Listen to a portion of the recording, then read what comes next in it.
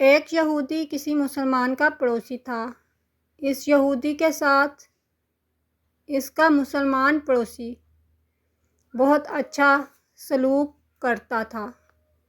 اس مسلمان کی عادت تھی کہ وہ ہر تھوڑی دیر بعد یہ جملہ کہتا تھا، حضرت محمد صلی اللہ علیہ وآلہ وسلم پر درود شریف بھیجنے سے ہر دعا قبول ہوتی ہے اور ہر حاجت اور مراد پوری ہوتی ہے۔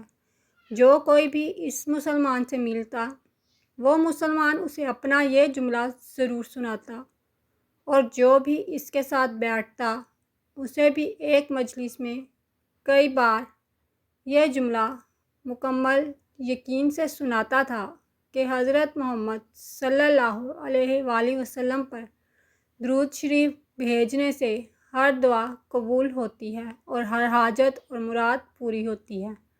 اس مسلمان کا یہ جملہ اس کے دل کا یقین تھا۔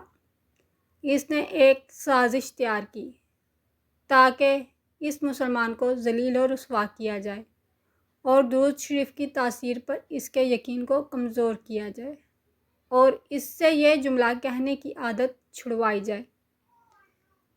یہودی نے ایک سونار سے سونے کی ایک انگوٹھی بنوائی اور اسے تاکید کی کہ ایسی انگوٹھی بنائے کہ اس جیسی انگوٹھی پہلے کسی کے لیے نہ بنائی ہو۔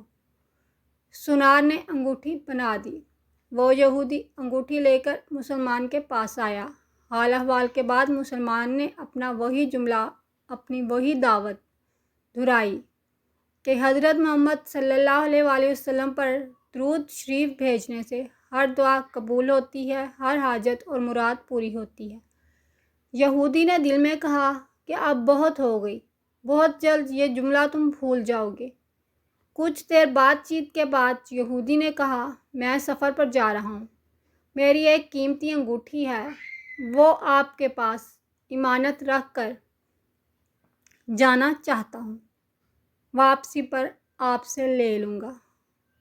مسلمان نے کہا، کوئی مسئلہ نہیں، آپ بے فکر ہو کر انگوٹھی میرے پاس چھوڑ جائیں۔ یہودی نے وہ انگوٹھی مسلمان کے حوالے کی اور اندازہ لگا لیا کہ مسلمان نے وہ انگوٹھی کہاں رکھی ہے۔ رات کو چھپ کر اس مسلمان کے گھر کودا اور بالآخر انگوٹھی تلاش کر لی اور اپنے ساتھ لے گیا۔ اگلے دن وہ سمندر پر گیا اور ایک کشتی پر بیٹھ کر سمندر کی گہری جگہ پہنچا اور وہاں وہ انگوٹھی پھینک دی اور پھر اپنے سفر پر روانہ ہو گیا۔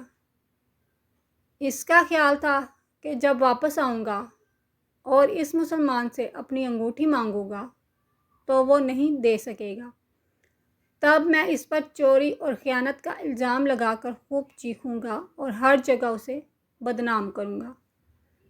وہ مسلمان جب اپنی اتنی رسوائی دیکھے گا تو اسے خیال ہوگا کہ درود شریف سے کام نہیں بنا اور یوں وہ اپنا جملہ اور اپنی دعوت چھوڑ دے گا۔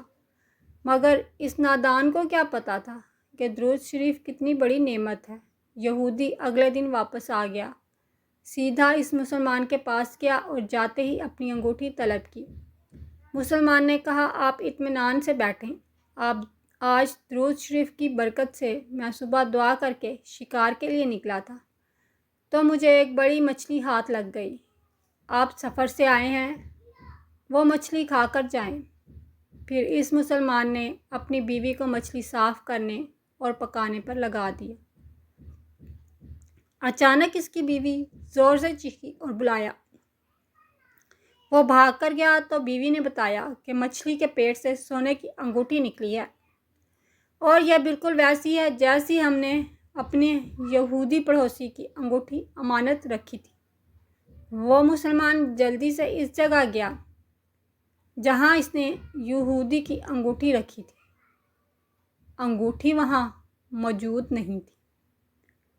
وہ مچھلی کے پیٹ والی انگوٹھی یہودی کے پاس لے آیا اور آتے ہی کہا، حضرت محمد صلی اللہ علیہ وآلہ وسلم پر درود بھیجنے سے ہر دعا قبول ہوتی ہے اور ہر حاجت پوری ہوتی ہے۔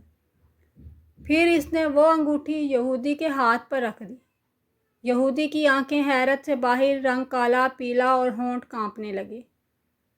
اس نے کہا، یہ انگوٹھی کہاں سے ملی؟ مسلمان نے کہا، جہاں ہم نے رکھی تھی وہاں ابھی دیکھی، وہاں تو نہیں ملی، مگر جو مچھلی آج شکار کی اس کے پیٹ سے مل گئی ہے۔ معاملہ مجھے بھی سمجھ نہیں آیا، مگر الحمدللہ آپ کی امانت آپ کو پہنچی اور اللہ تعالیٰ نے مجھے پریشانی سے بچا لیا۔ بے شک حضرت محمد صلی اللہ علیہ وآلہ وسلم پر درود بھیجنے سے ہر دعا قبول ہوتی ہے اور حاجت و مراد پوری ہوتی ہے۔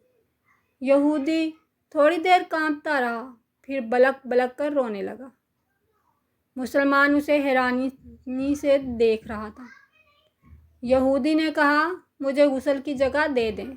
غسل کر کے آیا اور فوراً کلمہ طیبہ اور کلمہ شہادت پڑھنے لگا۔ اشہد ان لا الہ الا اللہ وحدہ لا شریک لہ واشہد ان محمد عبدہ ورسولہ۔